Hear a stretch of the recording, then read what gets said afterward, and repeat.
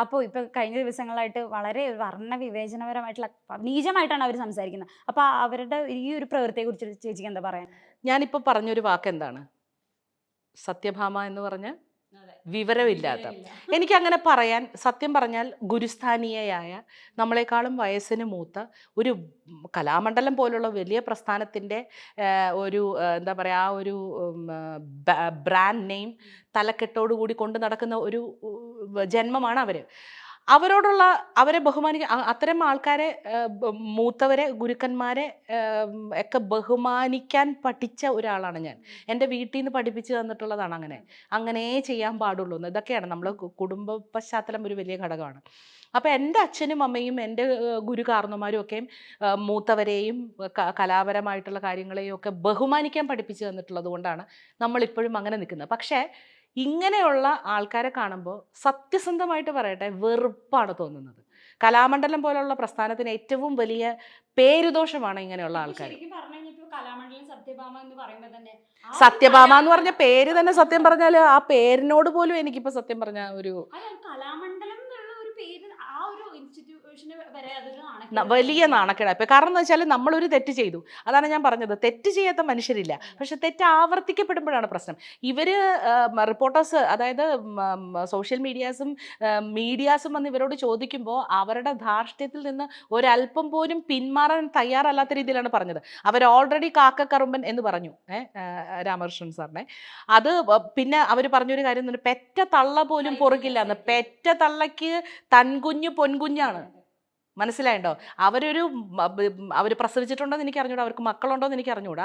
പക്ഷെ അവർ പ്രസവിച്ചിട്ടുണ്ടെങ്കിൽ അവർ വേദന അനുഭവിച്ച് പ്രസവിച്ച ഒരു സ്ത്രീയാണെന്ന് എനിക്ക് തോന്നുന്നില്ല.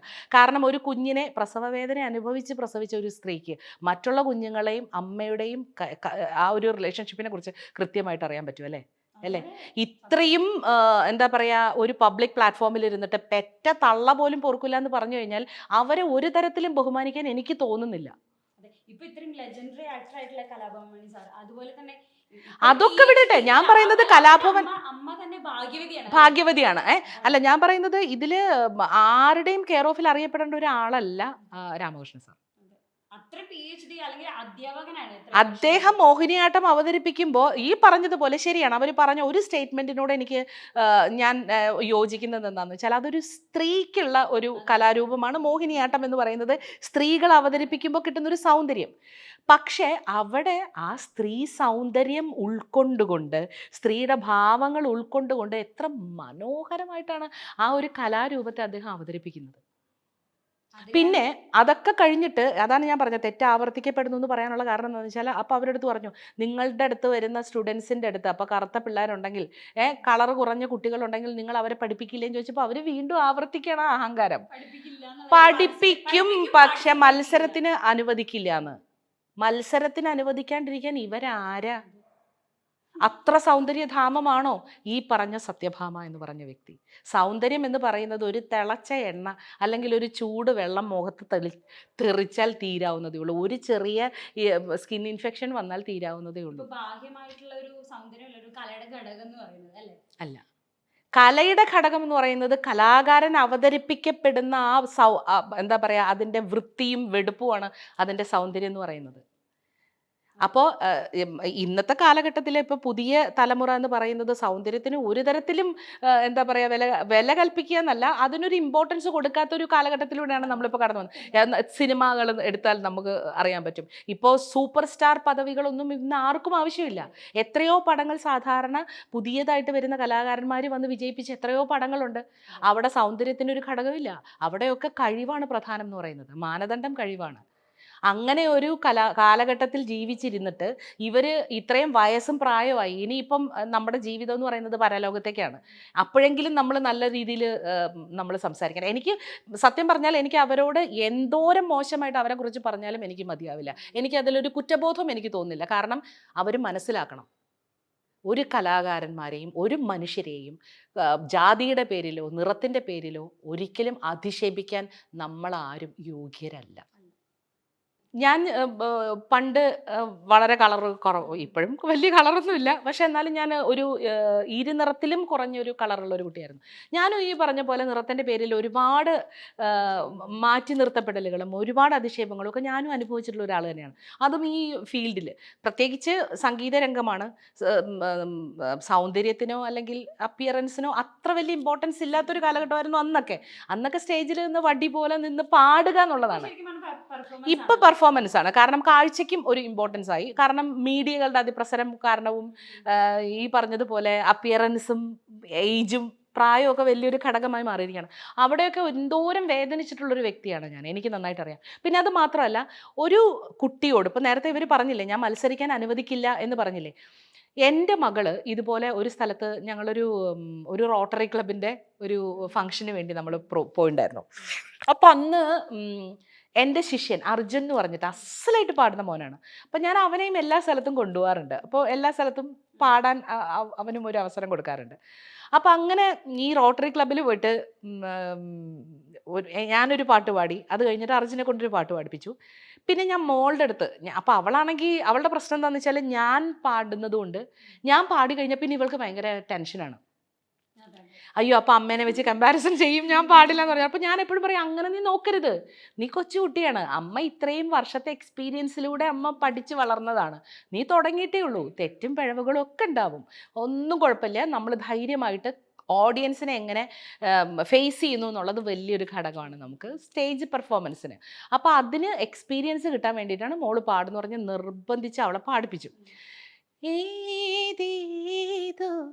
അതാണ് പാടിയത്. പതിവിനേക്കാളും വിപരീതം, അതായത് അത് ഇത്ര കാലം പാടിയതിനേക്കാളും ഏറ്റവും മനോഹരമായിട്ടാണ് അന്ന് മോൾ ആ പാട്ട് പാടിയത്. ഞാനങ്ങനെ ഭയങ്കര അത്ഭുതപ്പെട്ടു, അയ്യോ എന്ത് രസമായിട്ടാണ് അന്ന് പാടിയെന്ന്.